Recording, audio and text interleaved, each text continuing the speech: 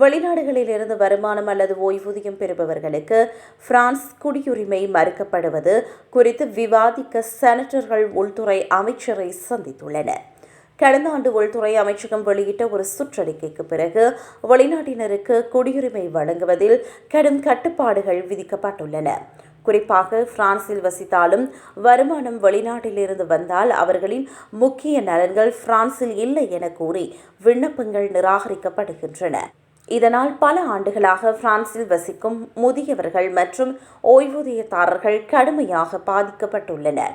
சமூக சேவைகள், இசைக்குழுக்கள் மற்றும் உள்ளூர் குழுக்களில் இணைந்து பிரான்ஸ் கலாச்சாரத்தோடு ஒன்றிப்போன பலருக்கும் குடியுரிமை மறுக்கப்பட்டுள்ளமை பெரும் அதிர்ச்சியை ஏற்படுத்தியுள்ளது. 10 ஆண்டுகளாக இங்கு சொத்துக்களை வாங்கி தங்கியுள்ளேன்.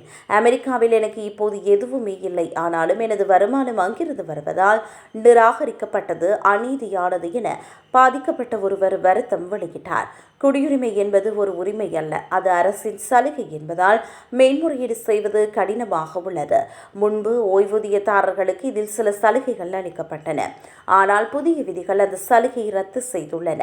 இதன் காரணமாக கடந்த ஆண்டில் மட்டும் பிரான்ஸ் குடியுரிமை பெற்றவர்களின் எண்ணிக்கை 13.5% சரிவடைந்துள்ளதாக அதிகாரப்பூர்வ புள்ளி விவரங்கள் தெரிவிக்கின்றன.